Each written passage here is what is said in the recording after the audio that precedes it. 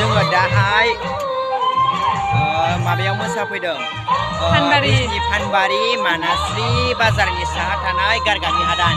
नैबे आब'मोननिनो फुराना गामिनिफ्राय खारबोनाय हादान रखम आरो बे गोजाम जाबाय थावनिया होमब्लाबो बेयाव जोङोहाय मोसाफैदों बैसागु